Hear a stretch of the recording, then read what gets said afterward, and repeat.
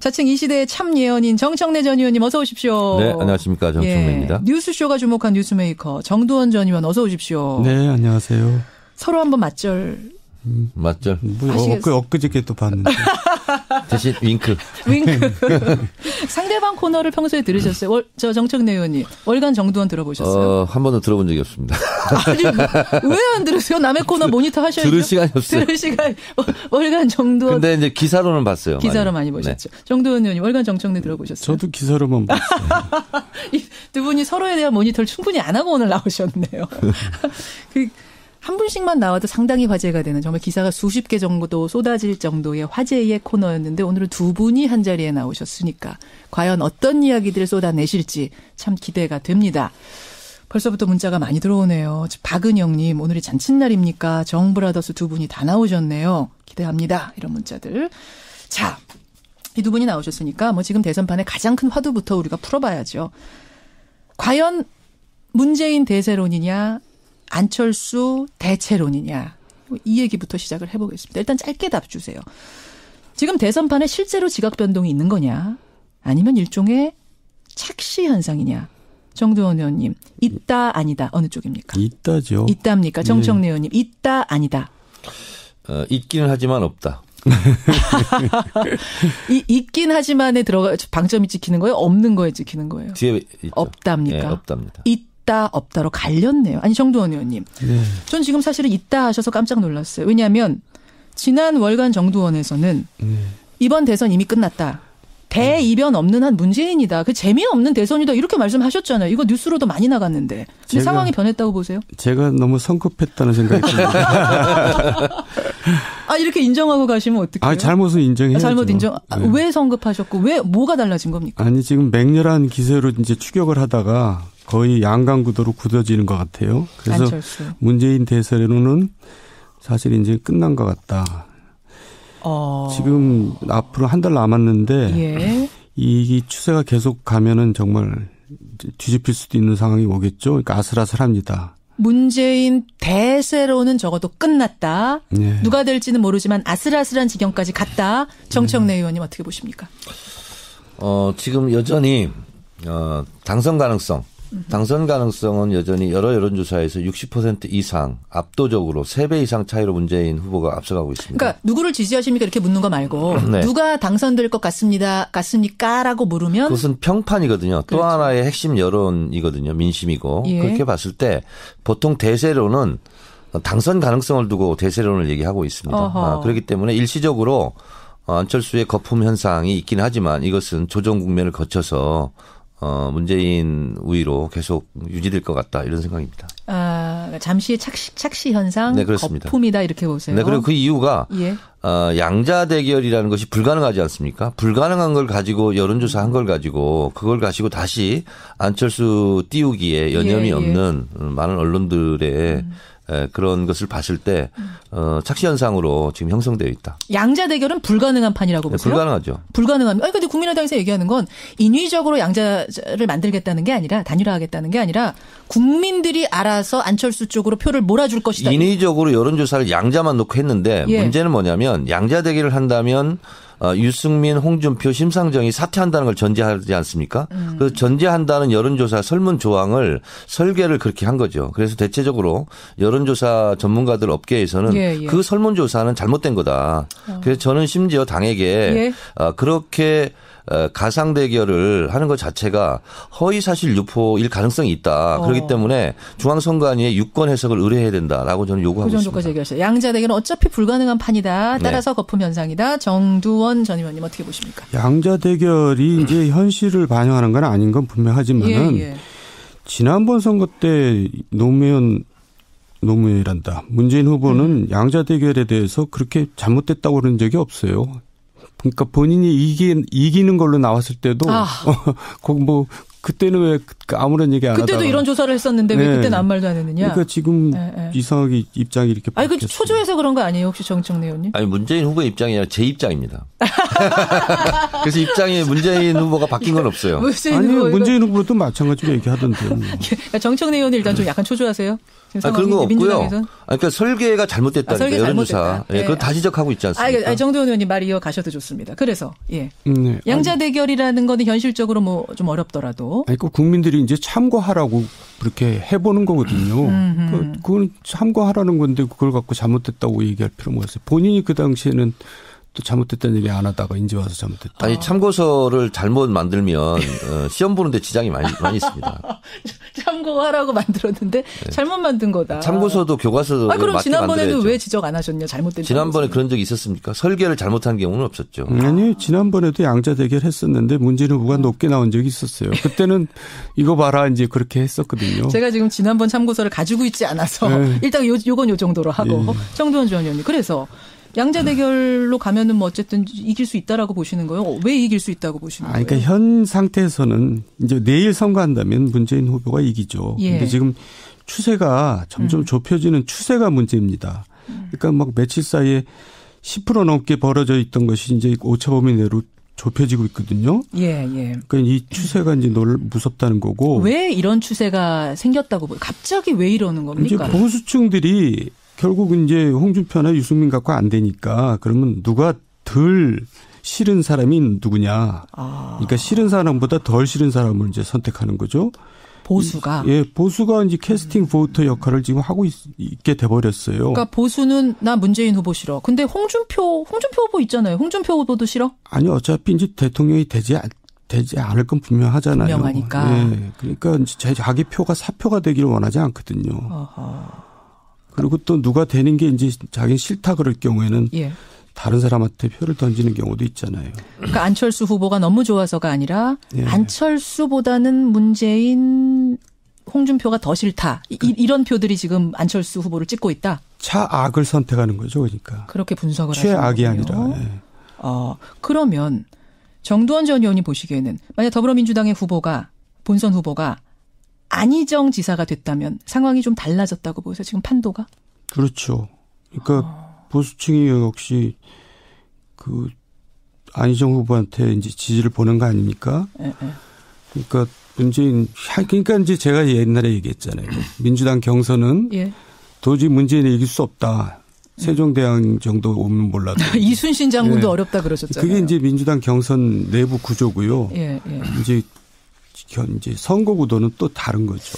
지금 이제 정두원 전 의원이 이 말씀을 하시는 동안 정청래 의원이 헛기침 2번 하시면서 상당히 불편해하셨어요. 정청래 전 의원 어떤 생각하시는 거예요?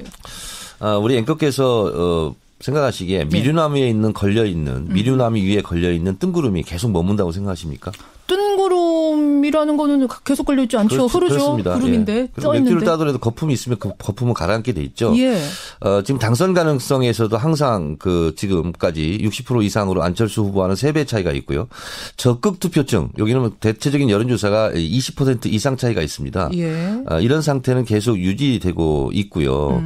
그래서 미국 사람이 와서 한국에 와서 투표할 수 없는 것처럼 적극 투표층이 실제로 투표를 하는 거거든요. 그렇게 봤을 때 문재인 후보는 지금 촛불 국면이 사실은 기울어진 운동장이라고 할 만큼 이 열기가 식지 않은 상태에서 지속된 대선인데 진보층의 60% 이상은 문재인 후보를 지지하죠. 다시 말해서 투표장에 나갈 적극적인 지지층 이것은 문재인 후보가 압도적으로 지금 하고 있기 때문에 이것은 고정표죠. 근데 지금 안철수 후보에게 와 있는 보수층은 언제든지 움직일 수 있는 표라는 거죠. 그렇기 때문에 상당히 유동성이 강하고 어떻게 보면 부초처럼 부유하는 그런 표다. 부초처럼 부유하니까 충성도가 높지 않은 표다 이 말씀이세요? 중도나 보수 요 표는 정말 안철수 후보가 너무 좋아서 찍은 표는 아니고 그러니까 여론조사 전화가 왔으니까 한 표다? 그렇습니다. 문재인 후보는 현찰이라고 볼 수 있고 안철수 후보는 약속 어음도 아니다. 저는 이렇게 보고 있습니다. 그렇게 비유를 하시는군요. 따라서 실제 투표 결과, 실제 선거 결과는 문재인이 여전히 유리하다. 네, 그리고 어차피 홍준표 후보나 유승민 후보가 결국은 보수층을 대변하기 때문에 보수표는 그리 갈 수밖에 없습니다. 그렇게 보세요. 정두원 의원님 어떻게 생각하세요? 그러니까 이제 당선 가능성이나 적극 투표층을 막 갖다 대는 거 보니까 뭔가 지금 궁하다는 느낌이 자꾸 들어요. 궁죽통이라고 궁하면 통하게 돼 있어요. 제 얘기는 이럴 때는 이제 선거 전략을 대대적으로 바꾸든가 그래야지. 그러면 정두원 전 의원이 잘 맞추시는 거 아시죠, 정청래 의원님? 저보다 잘 맞춥니까? 뭐 제가 뭐라고 말씀 못 드리겠습니다. 정두원의 조언을 잘 들으세요. 자, 조언 어떻게 해야 됩니까? 그러니까 그렇게 우길 일이 아니고 예. 지금 이제 너무나 적폐청산이니 뭐 청선이 뭐 이렇게 이제 과거 지향적으로 가기 때문에 문제가 있다고 저는 보거든요. 그러니까 과거 지향적으로 보세요. 대화합 또 아주 적극적으로 나도 연정하겠다 말이지. 예. 이런 식으로 이제 좀 안정적으로 가줘야지 보수층이 거기에 대해서 거부감을 덜 느끼고 안철수한테 간 표를 그러니까 이제 보수층은 세 가지로 나눌 수가 있거든요. 첫째, 투표를 안 한다. 둘째, 문재인이 되니까 안철수 찍는다. 셋째, 그래도 일단 보수당을 찍는다. 이렇게 셋이 나누는데 이제 선거 전략을 이렇게 화합으로 변동을 하면은 안 찍겠다는 사람들이 이제 찍을 수가 있는 거죠. 결국 확장성 말씀하시는 건데 저는 그 말씀 듣는 중에 연정이란 단어가 이게 지금 문재인 후보가 받을 수 있는 단어입니까? 안희정 지사가 대연정 얘기했을 때 사실은 상당히 공격을 했는데요.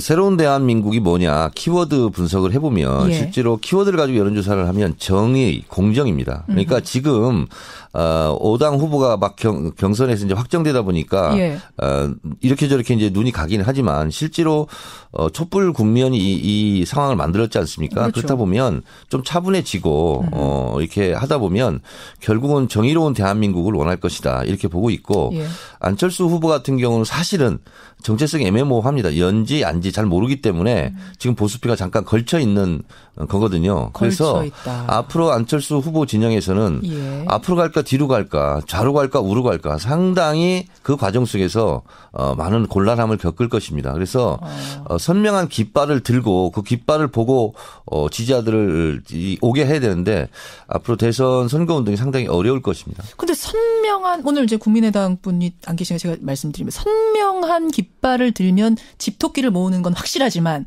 선명한 깃발이라는 것은 이 박근혜 대통령 탄핵으로 이끌었던 촛불 민심 그것을 얘기하는 겁니다. 벌써 안철수 후보 진영 같은 경우는 사드 문제를 가지고 오락가락 지금 자충우동을 행보를 하지 않습니까? 그런 경우가 상당히 있을 수밖에 없습니다. 왜? 보수표를 의식해야 되니까요. 그러니까 벌써 박근혜 대통령 사면 운운 이런 얘기하는 것이 보수표를 의식하는 거 아니겠습니까? 그거는 뭐 사면하겠다라는 의도는 전혀 아니었다라고 해명했습니다. 그러나 어쨌든 사면 절대 안 된다. 말도 꺼내지 마라. 이렇게 얘기는 못한 거 아닙니까? 않았다는 부분. 아직 재판도 안 하고 있는데 그렇게 말해야 될 것을 사면위원회에서 다룰 문제이다. 그건 너무나 당연한 거죠. 자, 그러니까 선명하지 못하다는 것이 결국 안철수 후보의 발목을 잡게 될 거고 곤란해질 거고 그래서 지지율 거품 빠질 거다. 정두원 전 의원 어떻게 보세요? 그러니까 이제 지금 정청래 의원이 친노 친문의 성골 같은 분이잖아요. 잠깐만요. 저분들이 저런 생각을 하니까 저는 보통 육두품으로 통합니다. 네, 뭘로 통하신다고요? 육두품으로 통해요. 성골 진골은 아니시랍니다. 저렇게 극단적인 생각을 하니까 문재인 후보가 확장성이 없는 겁니다. 저는 친노가 아니고 홀로라고. 네. 그래서 이제는 거기까지 지금까지 왔잖아요. 그래서 지금까지 버텼는데 이제는 이제 그걸로 부족하다 이거죠. 제가 지금 좋은 충고를 하는 겁니다. 그 충고는 받고 콜. 지금 두 분이 처음으로 요 얘기하면서 얼굴을 마주보고 얘기하셨어요. 정도원 후보라니. 정도원 의원님한테 가끔가다 조언을 구하도록 하겠습니다. 알겠습니다. 자, 저는 이 시점에서 요 질문을 한번 드릴게요. 자, 정청래 의원님. 네. 그러니까 결국 어쨌든 지금 안철수 후보가 급상승하는 게 사실이에요. 본선 시작되면서 급상승하는. 네, 그거 인정합니다. 왜 지지율이 인정하시죠? 왜 지지율이 뛰는가를 분석해 보니까 지금 뭐 보수 얘기하셨습니다만 정두원 전 의원이 요거는 마지막 당락의 키를 준 게 보수다 이 얘기시고 지금 표 분석을 해보면 결국 안희정 지사를 뽑았던 안희정 표의 50에서 60 이재명을 지지했던 이재명 표의 30이 이동한 걸로 분석이 됩니다.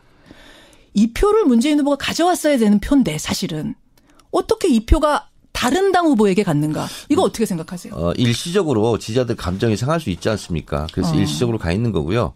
그리고 이번 주 토요일 날 호프 미팅을 한답니다. 그러니까 후보 네 분이 모여서 네 사람 다 만나서 그래서 모여서 일단 후보 하시던 분들부터 콘크리트 단결을 하고 그런 모습을 보인다면 다시 그 지지자들이 돌아오지 않을까 그렇게 생각을 하고 있습니다. 문제는 지금 이 촛불 국면 이후에 실제로 보수층에서도 인정하다시피 기울어진 운동장이다 진보층으로. 근데 그 진보에서 대다수 60% 오늘 한겨레 신문 보니까 60% 이상이 견고하게 문재인 후보를 지지하고 있다고 그래요. 그러면 그것은 흔들리지 않는 거거든요. 콘크리트 지지율이 그 정도가 있는 것이다. 네, 호프 미팅으로 정리될 거다. 네. 근데 그 감정이 그냥 상한 감정이 아니라 이번에는 문자 폭탄, 18원 후원금 이런 것 때문에 뭐 안희정 후보가 질렸다란 표현까지 쓸 정도로 상했었거든요. 네. 정말 회복될까요? 그 말은 좀 안 하셨으면 좋았을 것을. 질렸다라는 말은 네. 그렇게 보세요. 본인한테도 굉장히 손해입니다. 정두원 전 의원. 이 상황을 좀 객관적으로 좀 보실 수 있으니까 다른 상황. 그러니까 저렇게 쓴소리를 들으려고 그래야 되는데 저렇게 안 들으면 자기 손해죠. 무슨 말씀이세요? 그러니까 감정 문제나 이런 게 아니고요. 예. 아까 안희정, 이재명 표가 그대로 안 갔다는 얘기가 바로 그게 보수층의 표입니다. 보수층에서 안희정, 이재명을 밀었던 거예요. 그만큼. 아니, 근데 안희정, 이재명을 보수층이 예, 그렇죠. 중도는 이해돼도 보수가 밀었다고요? 그럼요. 그러니까 이제 보수는 지금 실망하고 있잖아요. 자기들한테. 그래요. 예, 이제 지지 세력이 이제 없다고 생각하고 예. 그나마 안희정, 이재명한테 이제 한번 희망을 걸어본 건데 그게 이제 결국은 문재인한테 안 가고 있는 거죠. 예. 그게 치유는 될 거라고 보세요. 지금 정청래 의원의 예언처럼 호프 미팅도 하고 막 자꾸 만나는 모습 보여주면 다시 돌아올 것이다. 문재인 후보한테. 안희정, 이재명을 끌어안는 것 갖고는 안 되고요. 그러니까 저는 전략을 대대적으로 꼭 끌어안으면 되지 않습니까? 꼭 끌어안으면 되지 않느냐. 근데 왜 그런 걸 못하는지 모르겠어요. 이해가 안 가요. 어떻게 꼭 끌어안으면. 자기가 이기기 위해서는 별걸 다 해야 되는데 예. 왜 끌어안는 걸 못하는 건지. 왜 탈당하게 놔두는지. 그런 게 이제 국민들이 좀 답답하고 이상하게 보이는 거죠. 이현주 의원의 지금 탈당 말씀하시는 건데 정청래 전 의원님. 지금 이현주 의원이 어제 탈당을 하면서 저랑 인터뷰도 했습니다만 탈당을 고민하는 사람이 꽤 있는 걸로 안다. 꽤라는 표현을 썼어요. 저는 이렇게 생각하거든요. 탈당은 잘못됐다. 그리고 어쨌든 더불어민주당 공천 받고 당선된 거 아닙니까? 네. 저는 공천이 떨어졌어도 저는 탈당하지 않고 오히려 지원 유세 다녔는데 어쨌든 그것은 올바르지 않은 거다. 저는 이렇게 비판을 하고요. 그리고 이제 2002년도 대선 노무현 대통령이 승리했던 대선 보면 후보를 흔들거나 당을 흔들거나 그러면 오히려 지지자들이 더 결집하는 현상을 보이고 있습니다. 그래서 결과적으로는 그것은 나쁘지만 그것은 비판받아 마땅하지만 결과는 오히려 지지자들이 더 이렇게 뭉치는 결과를 가져올 것이고. 지지자 콘크리트 지지율은 결집하지만 확장성 면에 있어서는 더 잡았어야 되는 거 열심히 잡았어야 되는 거 아니냐. 제일 무서운 표가 동정표라고 그럽니다. 자꾸 이렇게 후보를 흔들고 당을 흔들고 했을 때는 후보에게 더 결집하는 가능성이 더 많고 특히 이번 대선은 SNS 팟캐스트 영향력이 대단하기 때문에 실제로 여기서 정부가 공유되고 확산되는 그리고 많은 정보들이 실제로 그 행동으로 움직여지는 그런 표기 때문에 온오프 네트워크가 연동되기 때문에 실제로 어떤 대선보다는 진보층의 적극적인 열성 지지자들의 활동이 클 것이다 이렇게 보고 있습니다. 알겠습니다. 문자가 많이 들어오네요. 보겠습니다. 2624님, 보수의 특성상 보수는 결국 보수에 투표하지 않겠습니까? TK 유권자가 안철수 후보를 끝까지 지지할 것 같지는 않은데요. 라는 문자가 있는가 하면 문재인 대세론, 설마 이회창 대세론처럼 끝에 가서 꺾이는 건 아닐까 이런 생각이 든다는 정성기님의 문자도 있고요. 그런가 하면 6133님은 안철수 후보의 급부상은 혹시 언론에서 너무 띄워주기 해서 영향을 받은 건 아니냐 이런 생각도 들어오고 있고.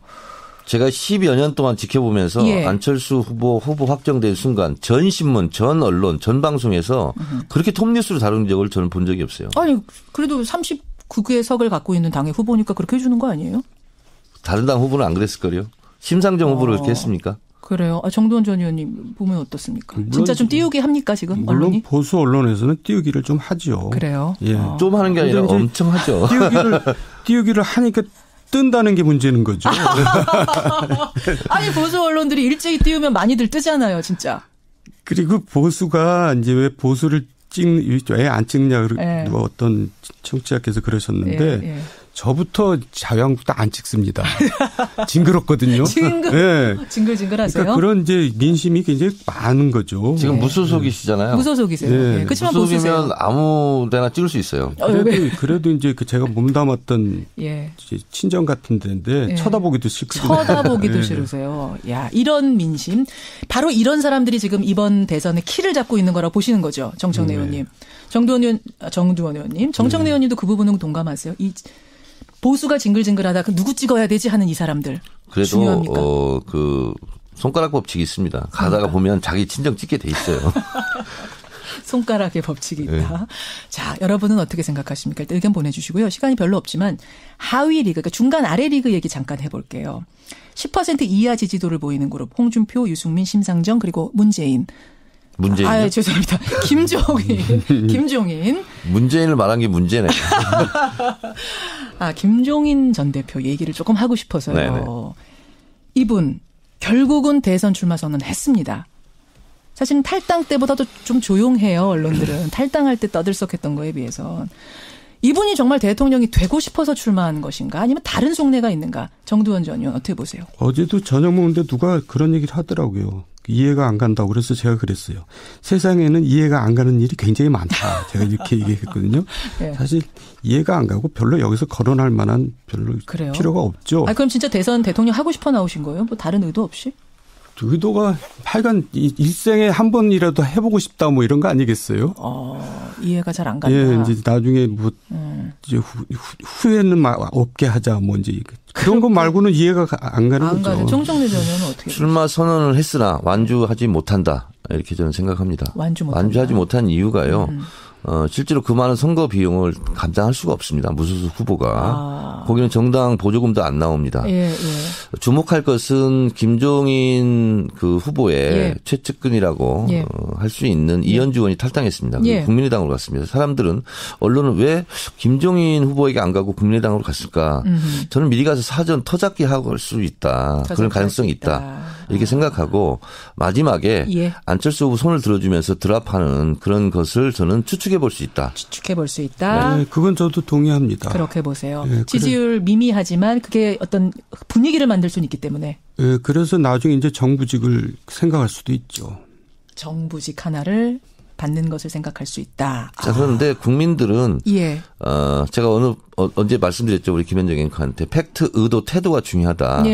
근데 의도를 다 들키고 있고요. 국민들한테. 제가 지금 말씀드린 내용들을 국민들도 다 알고 있습니다. 그리고 그분의 태도 이런 것을 봤을 때 상당히 안철수 후보를 설령 나중에 손을 들어주고 드롭할지언정 크게 영향력을 행사하기는 어려울 것이다. 그렇게. 이미 의도를 들키고 있기 때문에. 시간이요. 쏜살같이 지났습니다. 1121님. 앞으로 정브라더스 두 분이 계속 같이 나오시면 안 될까요? 전 좋습니다. 제가 지금 10초 전에 들어왔잖아요. 스튜디오에. 차가 너무 막혀가지고. 잘 모르겠어요. 이러다 늦으면 어떡하죠? 생방송. 늦으면 한 분이 하시는 거죠. 월간 정청래, 월간 정두원 통합본 여러분의 반응도 뜨겁고요. 훨씬 이렇게 얘기하니까 또 생각 못했던 허점들이 보이면서. 정두원 의원님 판도라 같이 해보니까요. 아주 훌륭하신 분이더라고요. 깊이가 있고. 네. 소감 한마디씩 하세요. 정두원 전 의원. 오늘 통합본 해본 소감 어떠세요? 정청래 의원은 너무 똑똑해가지고 기가 질려요. 질리신답니다. 네. 정청래 의원님 소감. 네? 소감 한마디. 반갑네요. 어젯밤에 텔레비전 보고 또 여기서 보니까.